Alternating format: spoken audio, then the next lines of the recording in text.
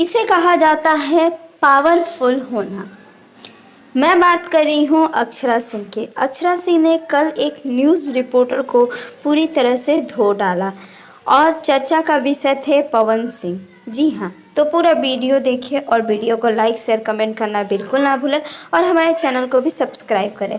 कुछ दिन पहले अक्षरा सिंह पटना में एक शो किया था और शो में काफ़ी लोग भी इकट्ठा थे, लोगों ने जमकर तारीफ भी की।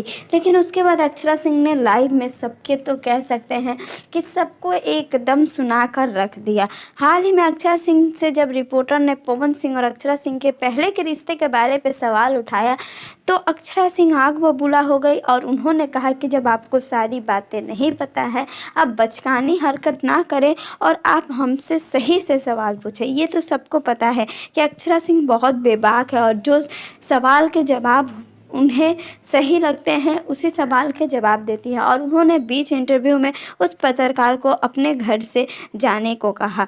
यही था अक्षरा सिंह का पवन सिंह के नाम पर